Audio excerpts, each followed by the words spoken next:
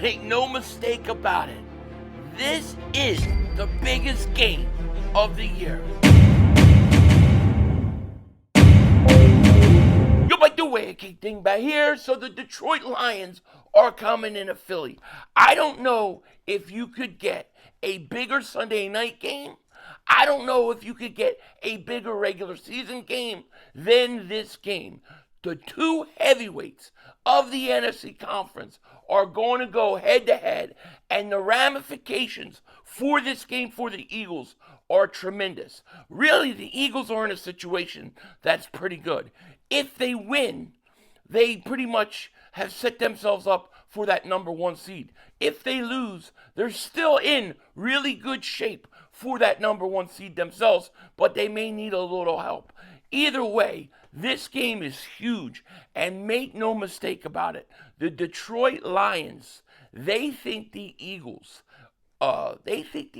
took their Super Bowl away.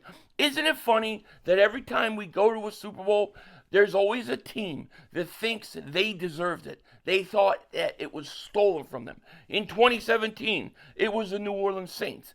In 2023, when we went, it was, 2022, 2023 season, it was the 49ers. And now it's the Detroit Lions. But the one thing the Eagles cannot do is they cannot come into this game and allow what the 49ers did a few years ago to happen to them. They must come in, they must show up, and they must be ready for a heavyweight fight versus the Detroit Lions, because the Lions, they've been waiting for this. All right, so let's get into the injury report. Now, both injury reports for both teams were very, very interesting today. As far as Detroit goes, they're going to be without 4 players. Terrion Arnold out, Kirby Joseph out, Josh Paschal out, Sam Laporta out. That's a big loss for them. He's a very, very good tight end. He is going to be out, and that will benefit the Eagles, no doubt about it. Now, I got to say this. Detroit still has plenty of weapons. Don't get it twisted. They do. But Laporta, he's a big outlet for Jared Goff, you know. So not having him could be a big loss for them. As for the Eagles, this is really interesting. Khaled Adamitis finger. I don't know if it's like a Avante Maddox situation, but he's full practice. Now get this, Les. Get this. Jacorian Bennett, full practice. Darius Cooper, full practice. Landon Dickerson, full practice. Cam Jurgens, and this is the big news. Cam Jurgens is going to play. Now, I hope he's coming back and he's actually healthy and ready to go, because I think he's been playing injured all year. So Jurgens is back. This could be huge for the Eagles. Lane Johnson, full practice. Willie Lampkin, full practice. He's questionable. Then you have Nolan Smith and Tyler Steen, both full practice. The Eagles are healthy. This is about the healthiest the Eagles have been, and right at the perfect time. Like I said, the big deal with this whole thing is Cam Jurgens. Cam Jurgens coming back is great, but if Cam Jurgens is 70%, we should rest him. If he's good to go and he's back and he's healthy, this offensive line could take a big jump, because I think Landon Dickerson is starting to play better in recent weeks as well. He's coming back from an injury that he's had since before the season started. So great news for the Eagles on the injury front. This is going to be huge for this week.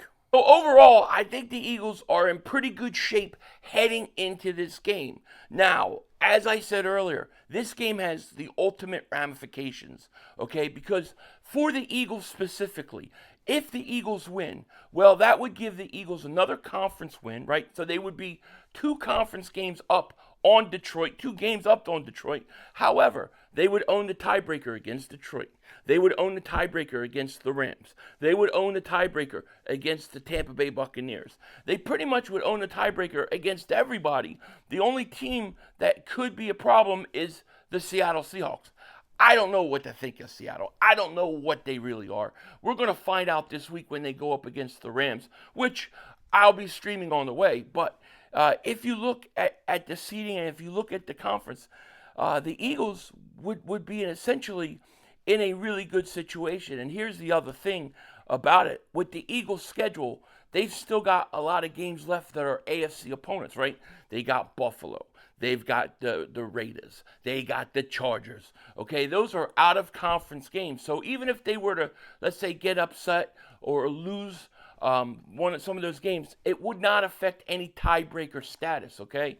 So if the Eagles are basically have the same record as any of these teams, if they beat Detroit, they pretty much would own the tiebreaker and that number one seed.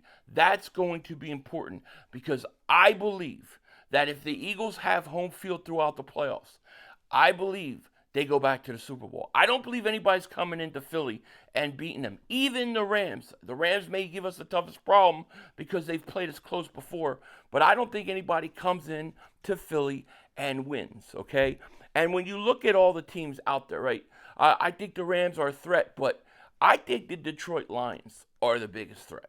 I think out of all the teams that we're going to play, this is a team that when they're on, they are dangerous, especially offensively. They could put points on you. What did they put on the Washington Commanders last week? 44. Now, I know Washington's defense stinks, but they have a lot of weapons, okay? So this is the biggest game. And the Lions, like I said, they think that we took their Super Bowl, right? Aiden Hutchinson said this. He said, quote, "We really have had this game circled on our calendar for a long time. We see this game as a must-win."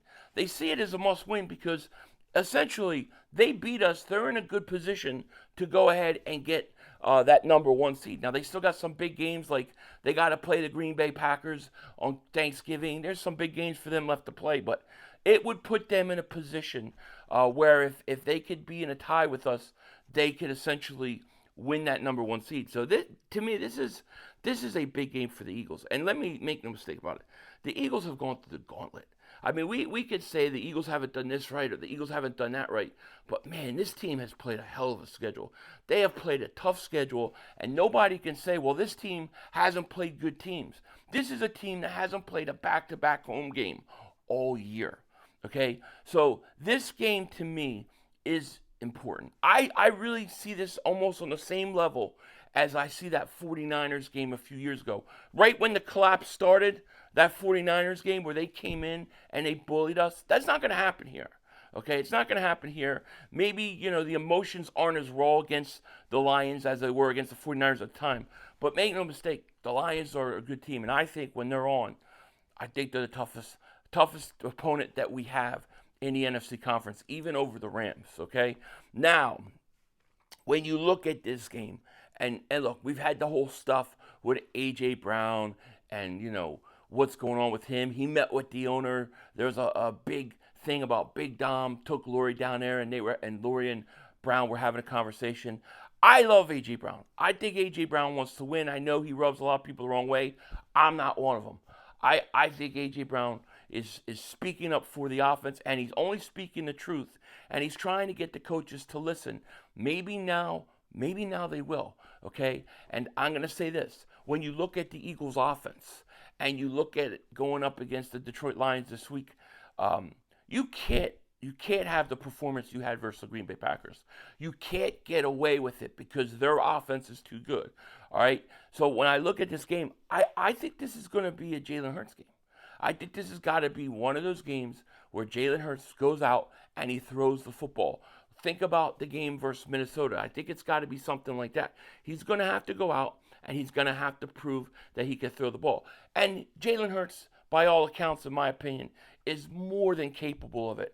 He doesn't get the credit, but this is the perfect kind of game for Jalen Hurts. This is set up perfectly, right? You come off a week where he's been criticized, the offense has been criticized heavy about you can't throw the ball, the offense is stagnant. Then Jalen Hurts comes out and he answers the bell. I expect a big game from Jalen Hurts.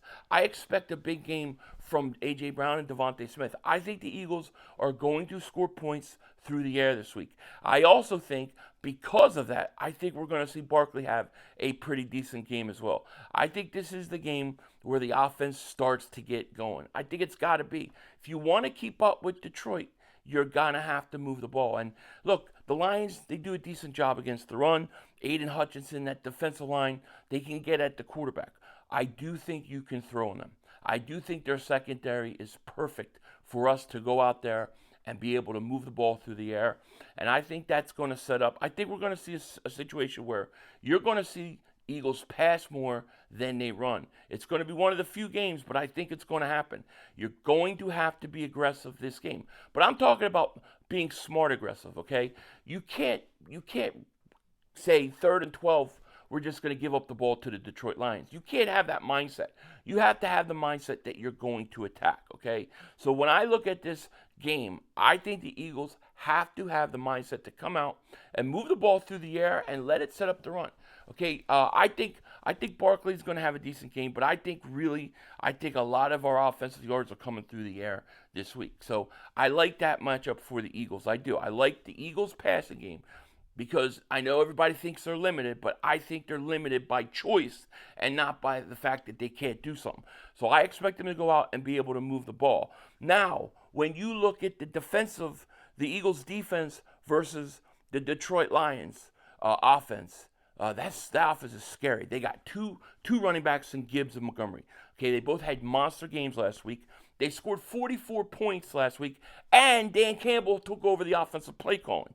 All right, St. Brown can score, Jameson could score, Laporta could score. They all can score points. They all are very, very scary. It's a scary offense. So how do you stop them? What do you have to do?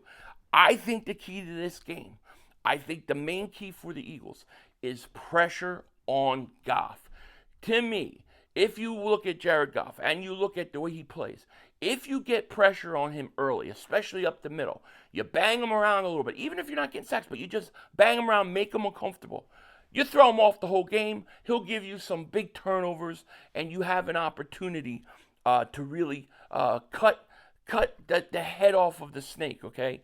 And it's got to be this pass rush. This defensive line, which looked completely different last week with the addition of Jalen Phillips, that defensive line is going to have to go out, and they're going to have to beat a very, very good Detroit Lions line, okay? And if the Eagles can do that, especially if they can get home with 4, it's going to be a long day for the Detroit Lions. But I think really the key to this game is to get pressure on Goff, especially early, make them uncomfortable, and I think you get a leg up on them. Of course, you got to watch Gibbs not only run the ball, but out of the backfield. He's dangerous, very, very dangerous. But I think the Eagles, I think they'll do a good job against the run. I think the addition of Jalen Phillips and then Brandon Graham and Nolan Smith back into lineup, I already think it helped the run game. Because to me, running against the Eagles, you weren't going to do anything up the middle against Carter or Davis. But those edges and setting the edges is where they've had problems, and you could run on them. I think with the addition of those 3 guys, I think it's much improved. It's a Jalen Carter game. This is a Jalen Carter game. This is a defensive line game. If the Eagles get pressure on Goff, all right, I think you can make him uncomfortable. I think he'll turn over the ball a few times. And I really think this is a fascinating game. Now, I'm saying that I think this is going to be high scoring. Some people think I'm crazy. Oh, they're not going to score that many points on the Eagles. These teams can score points, both of them. And I think it's going to be very similar to the game we had a few years ago. I think the Eagles are going to go out there, and I think it's going to be back and forth. At the end of the day, though, I got the Eagles winning this game. I think the Eagles win this game. I've been around 34, 31, 31, 28, somewhere around there. I'm going to say the Eagles are going to win this game 31-27. I think it's going to be back and forth, and I think that the defensive line and the pressure they get on Goff is going to create the big turnover in the fourth quarter, and it's going to seal the game for the Eagles. Now, when the Eagles win this game, they're pretty much they just got to take care of business, and they should be good for that number 1 seed. That's what I see happening in this game. Let me know what you guys think. With that said, take care. Talk to you later, of course. Don't be a dingbat. Remember, it's Howie Vision. We're all just living in it.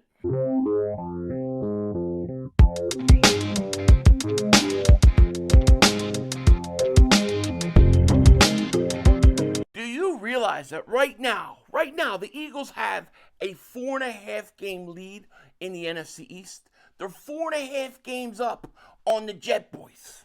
That's right. The Jet Boys are what, 3-5-1, and they're hoping to beat the Raiders. The Eagles, they win this game. I mean, we're talking about in the next few weeks closing out this division because the Jet Boys are done. Denzel Washington out.